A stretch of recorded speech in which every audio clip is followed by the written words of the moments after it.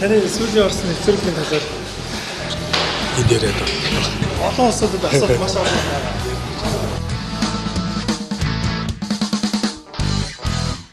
Одоо гинтийн урилгыг хүлээж авч манай студид зорж ирсэнд баярлалаа. Саяны цэргийн талаар хуул нэвтрүүлэг хийсэн чинь ирлүүзүүдийн талаар хүмүүс гэж илүү ойлгоод байгаа шүү. Ач холбогдол нь алин дээр байсан бэ? Эдийн засаг маань ирлийзэж эхэллээ гэсэн л утгатай юм л да. Олон бол энэ цэргийн тухай нэвтрүүлэг яг улс төрчид бид нар тийм ээ ард түмнээс сонгогддог. За сүүлийн сонгуулиар дээр лист гэдэг юм гараад ирсэн. Ардаа эзэнгүй улс төрчид гарч ирсэн. Энэ хүмүүст хариуцлага ямар ч одоо дорж дондогт амлсан юм байхгүй. Лист гэдгээр ороод ирсэн маш амар улс төрчид болсон.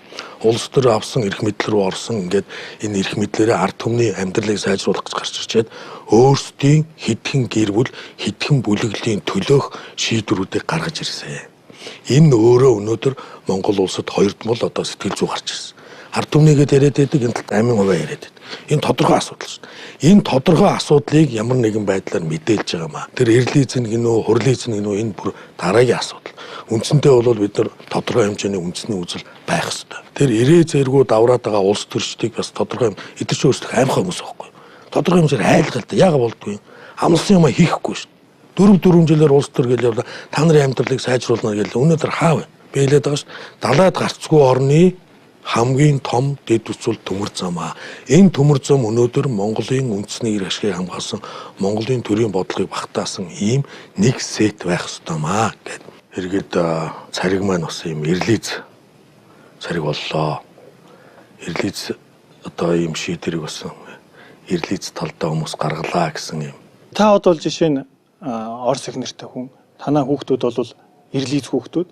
Гэхдээ ирлийз хүүхэд бол жишээ нь хүүхэд ямар ч хүүхэд эцэгийнхээ өөрөө сонгож төрдөг. Миний хүүхдүүд төрд гараагүй шүү дээ. Гэж би төрд байгаа ирлийзүүд төрийн бодлогыг гэж ярьж байгаа болохоор энийг наа чи нам өсөж байгаа хэлбэр л байхгүй. Зүр өнөөдөр яаж яах гэхээр тодорхой юм ил болоод ирлээ.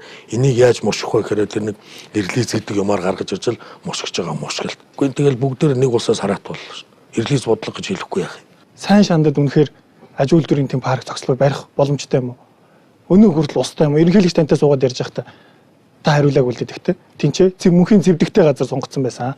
Энэ болохгүй байна ч гэдэм үү? Хийхгүй гэвэл хийхгүй л дээ. Хийгээд зорих юм бол газаргүй. Ийм улс орнууд өнөөдөр газартай болоод хиймэл газар хийгээд юм хийгээд болоод ахад газар нутагтай ийм орн бид нар тэрж болохгүй, энэч болохгүй гэдэг юм бол юу ч хийж болохгүй. Юу ч хийхгүй байсаар ирлээ. Юу ч хийлэгдэггүй ийм систем сүүлийн 20 жилд тогтоод ирсэн байна. Энийг нураах хэрэгтэй. Өнөөдөр яаж дорнтын тамсгаас нефт гарч байгаа юу? Гарч байгаа тийм ээ? Зөөж байгаа юу? Зөөж байгаа. Тэр хаа вэ? Яагаад тэнд нефт боловсруулах үйлдвэр барьдаг юм? Нөөцөн жоох юм гэлээ. Зүүн баянгийн нефт боловсруулах үйлдвэр зүүн баянгаас түүгийн нефт зөөж байгаа юу? Зөөж байгаа тийм ээ? Сайшин дээр гарч байгаа. Бас л урагшаа зөөж байгаа. Боловсруулах үйлдвэр барих өтгөө. Өтгөө юм гинлээ. Төслүүд нь бүгд байна уу? Байна. Гэхдээ ерөөс ингэж бүх юмыг болохгүй гэдэг. Эрдэнтийг ягаад кабель мобиль янз бүрийн юм доо боловсруулах дараагийн юм хийж болдгоо. Олон жилээр гэрээг нь хийчихдээ гинлээ.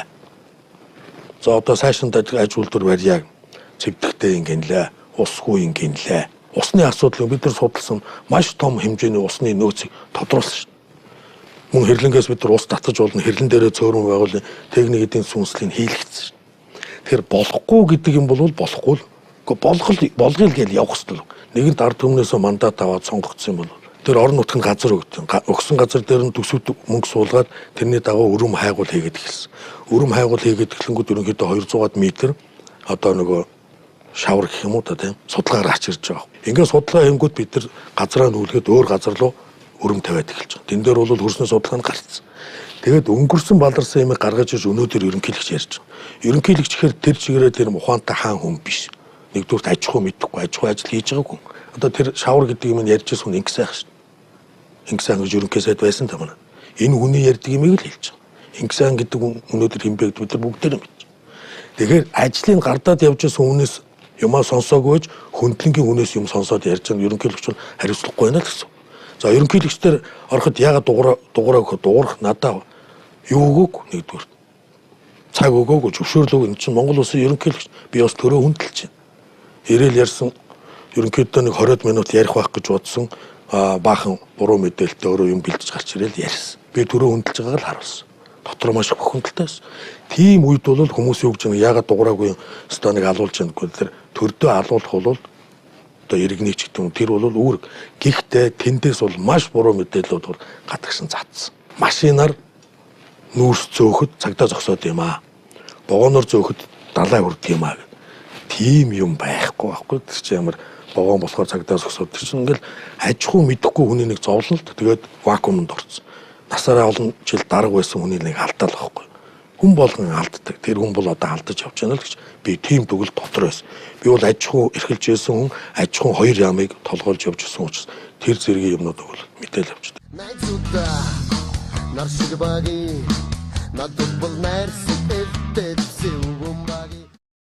Эзний бөгөөд яг болгоё гэсэн сэтгэлээр хандвал одоо сайн шин болохгүй байгаа. Бүх юм болно. Бүх юм болгодог болцсон. Өнөөдөр тэр байтга хүн хийгээд хүн хувлаад мал хувлаад хийцэн. Ерөнхийлөгч нэг үнэн үг надад хэлсэн.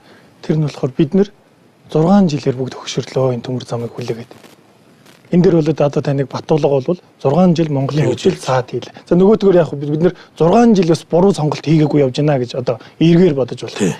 Тэгэхээр намайг муулах гэсэн тийм яриануудыг цуглуулсан байлаа л дээ. Шинэ 6 жил 2010 оны 6 сарын 23-нд төмөр замын бодлого батлагдсан. Би энийг бас уулзалт телевизээр ярих болгонтой 3 жилд Сүгадрын Батулдын засгийн газар байхдаа нэг төгрөгч өгөөгүй. Хэлээд ш би төмөр зам байтгаа чүдэнсний үйлдвэр мөнгөөр басдаг. Батулдын ашиг сонирхол ухаан худаг гэдэг газар байж байгаа. Ухаан худгийг аваад том таван толгойн үн дэлхийд даяар унс. Яг газар зүүн байрлалаараа нэг байд. Энэ ухаан худаг хэд хүн 2 намд амжсан хүмүүсийн байрлал. Зарим таныг нэг хардах хүмүүс нь таныг одоо Батулгуул их шуналтай хүн. Тэднэрээс одоо ингээ хувь нэхэж шантаажлаад өгөхгүй болохоор 6 жил ингээ бариа суугаад байна. Энэ одоо нотлох хэрэгтэй л да би бол гүйл гэж хэлээ шин. Би ямар дархлагдсан хүмүүс. Дүүл очрол бас л юу авчлаа. Надад хувь амлж л байсан. Тэгэхээр цаадах нь яах вэ? Хувь амлж исэн гэж юм. Амлж исэн. Одоо ингээд мэдээж тэр чинь амлаа шүү дээ. Ингээд яана. Энд чинь бүр 2007 оноос ихтэй шүү. Хувь амлсан гэдгийг би бас ярьж байсан. Хувь амлах гэдэг чинь бол богино хугацаатай. Тодорхой хугацааны дараа баян хоосны ялгаа их болоод ирнэ. Баян хоосны ялгаа гэдэг бол өөрөө маш том асуудлыг улс орон даяар үүсгэдэг. Зайсанд байгаа хайлууд руу энэ ядуучууд дайрах хэм байг. Саяхан бид нар 7 сарын 1 гэж 2008 оны сонгуулийн дараа энэ асуудал боллоо шүү дээ. Яагаад тэр залуус төрийн ордонлууд дайраагүй намын байрлууд дайрсан. Нэг намын олон жилийн ноёрхлыг ард түмэн эсрүүгсэж шүү дээ. Ийм юм саяхан болсон шүү дээ. Юун азар дараа нь Олимпийн аврах сарын дараа болсон тийм ээ. Энүүгээр бид нар юмаа мартсан. Одоо дахиад ийм болоход бид нар Олимпийн аврахтаа болооч нэмэр. Өнөөдрийн уушгаа жоохон ард түмэнтэйг хуваах юм руу яваасаа л гэж бодоод байгаа юм л. Тэгвэл намайг юу гэж хэлэх нь бол хамаа байхгүй. Олон жил хэлүүлж ирсэн. Гэхдээ би бодож байгаа хэлж байгааг бол нийтэд хэлээл явна. Хэд хүн л над руу дайрдаг. Бид нар өглөө бас Univision-ыг үзээд Unitel-ээр авцаар яриад кологоо уугаад ингээд тэр цанын баазд нь очиж гулгаад энэ бол шууд бодиттой, шууд хүндээ тусч байгаа. Энэ хөгжил гэж ойлгоод байгаа. MCS-ийн од жаргал гэдэг хүн бол бас л ер нь тань шиг бас Монгол хүн тийм ээ. Бас улстай шилдэг татвар төлөгч хэд удаа болсон. Би бодлогын шүүмжилдэг юм л да. Од жаргал бол бизнесмен хүн. Бизнесмен хүнд байх нэн тэргүүний чанар бол ашиг орлоготой ажиллах. Тэр хүн тэр журмаараа л явж байгаа. Улс төрчид бол өөр. Улс төрчид бидний гаргаж байгаа шийдвэр энэ 3 сая хүнд олон жилээр яаж зүв байх вэ? Оросуудаас мөнгө авсан юм шүү дээ. Тэгвэл тэрийг нотлоод байна. Одоо өнөөдөр тагнуул байна уу байна? Цагдаа байна уу байна? Оросууд гэдэг чинь өөрөө ингээд хил давуулаад мөнгө өгөөд яваад байдаг тийм улсууд биш. Таныг Оросын тагнуул гэдэг юм. Оросын тагнуулын манай тагнуулын байгууллагыг бас тэгж доромжилж болохгүй л дээ. Тэгэхээр тагнуул хүн их гоё инээгээд гарч байгаа энэ асуултнаас тий. Саяхан нэмдэрж одоо гişүн хэлсэн байсан таныг Оросдоо нууц санамж бичиг хийсэн. Хятадтай нууц санамж бичиг хийсэн. За тэгээд дараа нь Бацаа гэж хүнээр дамжуулаад Солонгостой нууц санамж бичигт гар бисэг зурцсан байсан. Эдгээр одоо та ингээд биднийг наана сайхан юм ярьчаа цаана хуураад яваа. Ярьдаг хүн л ням төржилтэй хөрхий тэгээд олон жил цус төрд боллоо. Тэгээд тэр манай орны хувьд өөрөө далаад гарцгүй тийм ээ. Төмөр зам өөрөө маш том. Бид нар яах гээд байгааг нуух хэрэгтэй байхгүй. За эдгээр төмөр замаа ингэж барьж байна. Доронтоор барьж байна. Өмнө говьор барьж байна. Энэ нэг учиртай гэдэг юм а бид нар нуух хэрэгтэй. Нуухын тулд өөрсдөө бид нар хоорондоо нуугаад авах ш. Гадны хөрштөгөө далаад гарахын тулд бид нар зүүн Аз руу орохын тулд Солонгос, Япон хоёртой холбогдох хэрэгтэй. Яагаад? Хамгийн том хэрэглэгч. Хятадын хэбэм үж байна. Хамгийн том коксны нүрс гангийн хэрэглэгч. Энэ гуравтай бид нар нууцлалын зэрэгтэй гэрээ хийн. Яг л энэ нууцлалтай байхгүй задлах юм бол нөгөө бусад орнууд энэ зорилгоор явах гэж байгаа төмөр замыг чинь зогсоод. Иймд монголчууд төмөр замаа ингэх гэж байна. Дотоодын нийт бүтээгдэхүүн ингэж үйлдвэрлэх гэж байгаа юм байна. Нэг хүнд ноогдох бүтээгдэхүүн тэдэн жилийн дараа тэд болох юм байна. Энэ улсын эдийн засаг ингээ өсөх юм байна гэдэг тооцоод орно гэж гаргач. 2 минутын дотор л гарч. Тэгэхээр энэ юмаа бид нар нууж явах хэрэгтэй маа. Хөршүүдээс одоо нуух гэх юм уу юу гэдэг одоо ингээд ил гаргаа задлаад бүх юмыг нураачж байгаа юм л. Тэгэхээр бүх оронд өөрсдөө ийм том хэмжээний одоо үйлдэлүүд гэх юм уу дид сөрөнгө оруулалтууд нууцын зэрэгэлтэй байдаг санамжиж байна. Компани хүртэл нууцлалын зэрэгэлтэй байдаг байхгүй. Энэ айл хүртэл өргөх гэрт хүртэл нууц байдаг шүү. Өргөн зэрэгтэй төмөр замыг барихад хэдийн хугацаа шаарддаг. Гэхдээ яг хугацааны хувьд адилхантай өргөн нарийн гэдэг нь өнөөдөр Монголд явж байгаа тэр дугууны хоорондох зай байхгүй юу. Тэгээд тэр дугуй хил дээр солиод байдаг та. Чи өөрөө богоон цууж үзсэн үгүй. Түүс нарийн цариг өргөн царигийн хугацаа тавилт бол бүгд адил. Тэгээд яриад байгаа тэр 47-оос 49 онд нөгөө дэлхийн 2 дугаар дайны дараа Валаасуын айрмын 505 дугаар одоо айрмын цэргүүдээр энэ төмөр замыг 2 жилийн дотор гар аргаар барьсан байгаа байхгүй. Өнөөдөр 21-р зуунд төмөр зам тавьдаг юм бүх юм технологичсон. Юу гэдэг нь нэхэр нөгөө гар аргаасаа арай хурдан учраас 2 жилийн дотор барих үнэлтэй юм л таа. Санхүүжилт нь байгаад бүгд монголчууд нэг зүгтээ хараад хийхэд бол удахгүй. Нэгдүгээр төсөх тийм ээ. Хүсэх гэдэг нь монголчууд хүсэж байгаа шийдвэр гаргаснаар ашиг сонирхлын зөрчилтэй гишүүдэд санал хураахад гаргаад шийдээд энэ мөнгийг босгох сая 1.5 тэрбум долларыг ард түмнийхээ нэр ус Монгол улсынхаа соён хааныхаа нэрээр барьцаан тавьж бол босгол ирлээ шүү. Харамсалтай нь энийг шалт юм л өрчиж байгаа.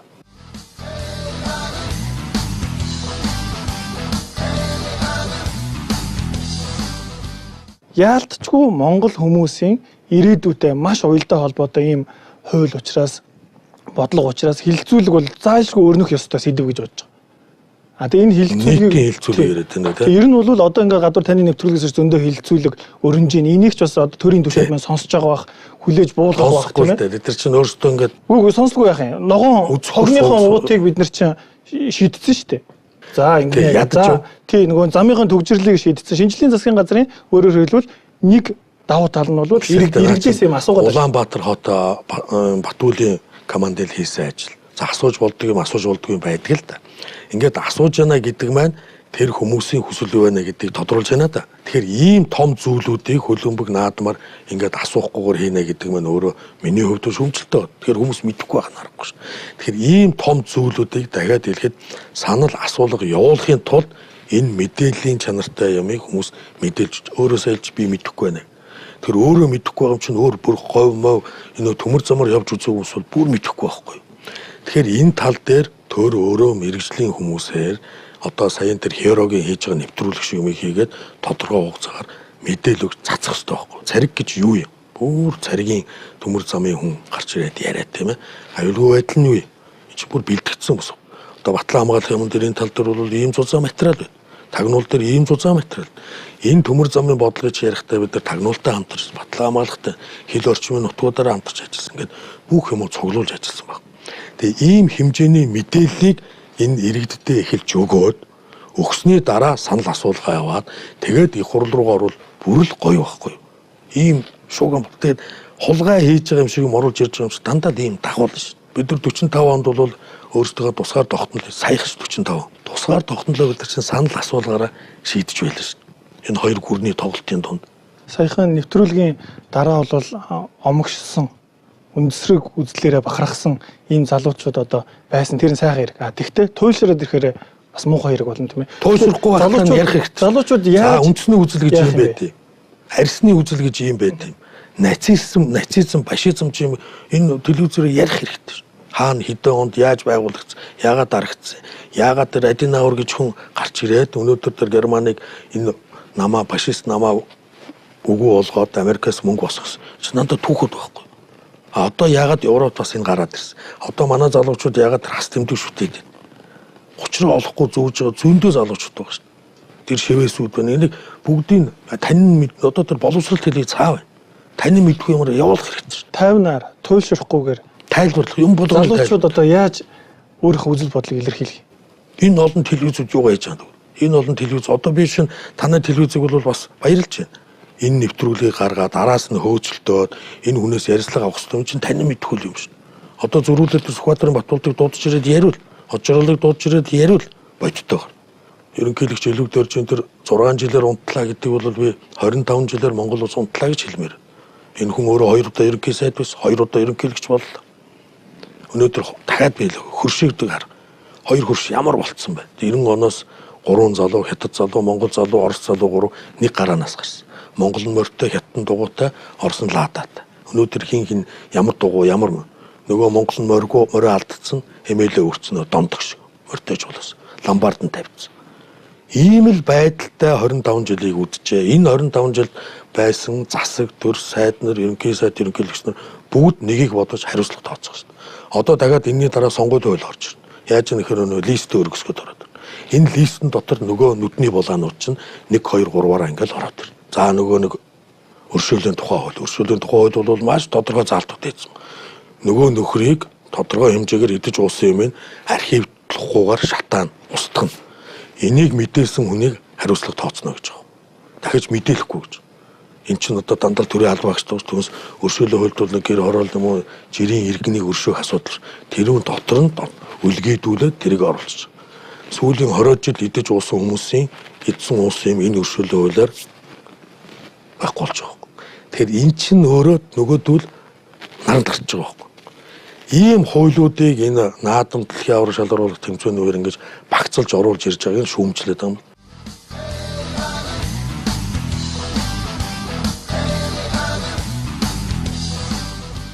Монголын түүхэнд бол одоо хувьяасаа мөнгө гаргасан цөөхөн сайд нарын нэг нь та бах. Тэгэхээр та хаанаас санхүүждэг тийм их мөнгөтэй хүн үү? Одоо бол миний мэдхийн 10 жил улс төрөөр хөөцөлдсөн хувийн бизнес ч юм бол дундаж хэмдэн жоо. Яг би урд нь бол 90 оноос л ганцхан 8-аас ихсэн л дээ. Сүүлийн 10 жил улс төрлөө бас энэс өмнө бизнес хийжсэн маш олон хувьцаат компанитай. Юунууд тэгээд надтай бол бас нэг тийм хөрөнгө мөнгөний юм ярих бол яриад юм л байна л да. За өршөөгөр нөгөө юм нэ зүгээр таныг одоо ингээд улаарад байна гэж. За би асууж чадах юм дээр асуулаа та. Би одоо улаарсаар байгаа л дуусна. Төмөр замын цариг энэ боловсруулах үйлдвэрийн төлөө би улаарах байтугай юм байна. Та бол за улаарахтаа бол шалтгаан ч бол нэгдүгээрт за нүүрсний компаниудаас хувь авахгүйгүй юм байна. За Орос их орныхон төлөө зүтгээгүй юм байна. Тэгэхээр одоо миний сүүлийн гаргалгаа ерөнхийдөө таныг ерөнхий сайд болох гэдэг юм уу? Тийм. Тэгэхээр би яриад байна шүү дээ. Одоо энэ ерөнхий сайд энэ засгийн газар энэ системийнхаа нэг эрг шурганаа. Юу гэж хэлэх гээд байна? Яаж хинч очсон энэ дэр ямар ч баатар ирсэн энэ системийнхаа эрг шурган бол дуусна. Би дараагийн нөгөө бас нэг Баттуяа гэдэг ерөнхий сайд гарч ирээд дахиад нэг эрг шурган болмооргүй. Би системийг шүүмжлээд байгаа байхгүй. Таныг ерөнхий сайд болохгүй гэсэн тэр хоёлаа барьч уу? Чи бид хоёр бариад энэ бол баталгаа үзэгчдэд төлөөж барьж байгаас. Маш олон хүн санаа бариагүй. Би бол хэлсэнтэй. Санаа амарсан хүмүүс зорилгынхоо төлөө бол явдаг хүмүүс мэдэх бах тийм ээ. Хэлсэнтэй байдаг. Энд чинь ингээ баримтгаж байгаа учраас энэ бол миний зорилго биш ээ. Миний зорилго бол ядаж нэг энэ 3 сая хүрэхгүй хүн нэг ядаж нэг бүгдээрээ ажилтай, цалин нөгөө орон сууцсан авдаг тийм ээ. Гэхдээ нэг болж болно шүү дээ. Гэхдээ одоо эцсийн шийдэл нь яг юу юм тэгэхээр? Гэхдээ чи өдөр суугаа шийдэхгүй зүгээр бодлол ярина гэс тийм ээ. Зөвхөн миний бодлоор бол одоо нэгэнд 76 хүнээ энэ 2012 оны сонгуулиар сонгоцсон. Энэ хүмүүсийг ажил хий, бидний амьдралыг сайжруулахыг бидний сонгоцсон шүү дээ. Тэгээ 2 жил болчихлоо. Өөр ширэндээ баригдлаа. Тэгэхээр одоо яах юм хэр нөгөө мандатаар. Энэ 76 хүн чинь ямар намын ямар мандатууд вэ? Нийлээд энэ Монгол улсын төлөө нэг удаа нэгдэлтэй. Ард түмж өршөөж магтгүй байхгүй. За өнөөдөр 34 хүнтэй арчилсан нам нь хэдэн мандаттай. 26 хүнтэй Монгол ардын нам нь хэдэн мандаттай. Одоо нөгөө шудраг бус эвсэл гэдэг байгаа нөгөө шудраг эвсэл нь хэдэн мандаттай. Эзэн нь хэдэн мандаттай. Бие даагч нь хэдэн мандаттай. Ингээд мандатуудаа жагсааж тавьж аваад хүзэр шиг. Энэ 3 том нам нь өөрөө засгаа байгуулах. Ингэжээж бид нар энэ ард түмнөөсөө уучлал гуйхгүй бол дараагийн сонгуул хүртэл энэ амьдрал сайжрахгүй. Энэ системээр ярьлаа ш. Алтан уйгийн орн ямар нэгэн Баттуяа очоод сайжрахгүй. Тэгэхээр одоо бол өнөө маргаашгүй наадмын дараа 100 хоногийн дараа энэ 3 нам хуралддаг юм уу, уулздаг юм уу бүгд л монголоор ярьдаг юм. Одоо яах вэ гэдгээ яриад сонгуул болцсон байхгүй. Одоо 40% мандат одоо их хурл 40% судалтай байгаа Монгол Ардын нам сөрөг хүчин байгаад. Тэгээ сөрөг хүчнээ хийж чадахгүй юм да зайл. Тэгээд одоо 2% хүрэхгүй судалтай ийдсэн засаг бариад. Нөгөө ирэх хэсэг хав 40 хүний мандат авсан 40% мандат авсан 40% шүү. 40% мандат авсан нам яагаас сөрөг хүчин бол. Ингэж бид нэр өнөөдөр энэ хүнд байдлаасаа монголчуудын төлөө нэг ирэх ашигн дээр тогтож одоо явахт буруугуулах гэж шүү дээ. Хүнээр бол буруугаа үлээгээд одоо бид нар зөв зам руугаа яваа. Зөв зам гэдэг нь эдийн засгийн зөв бодлого. Тэр бодлогуудыг чинь өнгөрсөн хугацаанд энэ их хурлаа чинь хэрэлдэн гаргацсан байхгүй. Эдийн засгаа яах? Боловсруулах үйлдвэр нь юу? Харь ширээ яах? Ноос ноолуур яах? Хүнсээ яах? Дэд үтсээ яах? Гэвч бүгд тэр гарцсан судлагдсан байхгүй. Энэ судлагдсан юмуудыг цуглуулж байгаа л нэг өдөр бүтэн өдөр л хуралдана гэж. Малайзад бол бүр эвслүүдийн эвсэл гэж байдаг тийм. 2 эвсэл, 3 эвсэл хоорондоо Тайланд байна. 70 сая хүнтэй бурхан шашинтай ийм 50 одоо буддийн шашинтай улс. Одоо байнга л одоо бид чи Тайланд очижсэн үгүй хүн болгоно л ингэж бүр төмөр замаар Тайланд очив. Тий. Хүн болгоно ингэж мөрөгдөг тийм ээ. Энэ улсыг өнөөдөр хэдэн жил хагаралтай болов тийм ээ. Ийм юмнуудаас бид нар болгоомжлохын тулд хамгийн түрүүнд энэ парламент нь өнөөдөр над руу тэр гэрлэз гэдэг нэвтрүүлэг хийлээ гэж хаач хорих биш. Энэ нөхөр юу яриад байна? Эдний команд гэж юу вэ? Эднийг сонсчихъя гэх тийм ээ. Тэгээд ийм нэг эвсэл байгуулад үсэх хэрэгтэй. Өнөөдөр Израилийн тогтолцоо юм ба. За хэрвээ ингээд таны хэлснээр том эвсэл байгуулагчвал та өөртөө нэг дээл нэм бодож байна бас. Хөөе саяхан дээлээ тайлчаа дахиад тэр одоо зузаан дээл би зүгээр санаа зовоод юм. Энэ Монгол улсыг хөгжүүлэхийн тулд эдийн засгийн тооцоо судалгаа гарсан. Энийг хийлгэхийн тулд энэ эвслийг яриад нь шүү дээ хоёлоо мөрөөдөд байна тийм ээ. Гэхдээ энийг явуулах хэрэгтэй. Би бол сөрөг хүчин байя л гэж. Сөрөг хүчин бай ард түмний дуу хоолойг гаргаж цацдаг ярьдаг хүн байя. Том эвсэл байгуулагдсан ч гэсэн би сөрөг хүчин болчих. Та айдгүй юм уу? Энэ олон мөнгөтэй хүмүүсээс, энэ олон эрх мэдэлтэй хүмүүсээ шүн яаж унддаг юм бэ? За наад чинь бол одоо мэдэх их сонь бодож байгаа асуулт. Би сайхан Twitter дээр биччихсэн. Нэгэн баримтад нэвтрүүлгээс болоод хямарч идэг хэврэг төр гэж байх гэж. Та одоо энэний ганцаараа хийдэг юм уу? Таны ард одоо бүтэн баг байдаг юм уу? Ямар дэмжлэг байгаа танд хэн баг? Хөөж ганцаараа хийдэг юм гэж байхгүй л. Тэгээд тэр бас дахиад нөгөө ерөнхийлөгч рүүгээл орохоос нэртэй устай эргээд хин хийсний энтергээд нэг юм яриад. Тэр чинь бүгдээр бас хариулагч хийин, тэр нь хийин, хөгж эвлүүлэгч нь хийин, жолоочийн хүртэл нэр нь байж байгаа шүү дээ. Бүх юм тодорхой байж. Би өөрөө ярьж байгаа. Доороо би нэрээ бичсэн байж. Тэгээ ийм юмыг бол бас тэгж мушгиж бас ингээд тийм яриа ярьсан. Зүгээр командын хувьд бол эн чинь Монгол тулхтны 100 эрхэм гэдээ бас нэлээд хэдэн жил явчлаа тийм ээ. Энэ 100 эрхмийг тодруулдаг нэлээд том бие эрдэмтэд судлаачд байдаг. Эн чинь өөрсдийн өгдөг одоо мөнгө төгрөгөнд янз бүрийн юмд явцдаг биш. Яг энэ ажилдаа дуртай ийм эрдэмтэн судлаачдын ийм баг байж. Эндээс үдвэлээд энэ улс төрийн нөхцөл байдал яриад ингэнгүүт ерөнхийдөө бид нар 100 чухал сэдв гэдэг дээр бол чухал сэдв гэж юу юм? Монголд байгаа болохгүй байгаа бүтэхгүй юм уу? Одоо тутмаг мэдээлгүй сэдвүүдийг гаргаж ирэхээр ийм шин сум төв байна тийм ээ. А мөн Азийн орнуудын хөгжлийн тухай бид нар бас хийжсэн. Энийн нэг нь саяын ийм явж байгаа.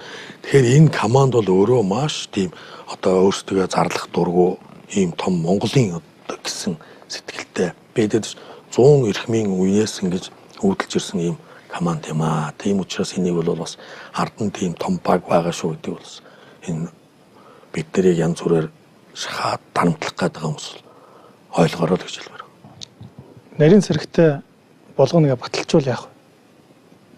Мэдээгүй харъя. Хэдийгээр янз бүрээр хэлэгж байгаа чинь арчилсан нийгэм гэдэг маань сонгуулаар энэ их хурлын гишүүд сайд нараас сонгодог. Өнөөдөр Монгол улсад 21-р зуунд бүх хүн ийм гар утстай болсон байна. 76хан хүн лөө бид нар энэ бодсон зорьсноо мессеж хэлгэх хэрэгтэй. Энэ бол бидний зэвсэг. Өнөөдрийн зэвсэг бол 21-р зууны арчилсан сонгуультай орны зэвсэг бол энэ. Сэрээд гэдэг өглөө 6 цаг болгонд Твиттерээр хүмүүс их сэрээдэг. Энэ бол зүгээр нойрноос сэрэх гэдэг юм ш. Нийгэм сэрээчээл гэсэн юм утгатай гэх юм да.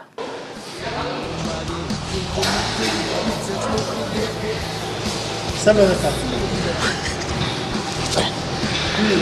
Тэрээ сүүлийн орсны нэвтрүүлгийн талаар нэг студид өөрч нэг асуулт байна. Энд ярьж болох шүү дээ. Энд яриад байна.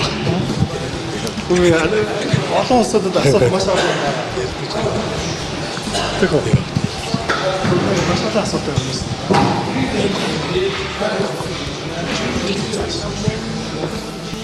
Та манай студид хүрээд бүгд бүгдээр ирж байна. За баярлалаа. Дайраа уулзъя.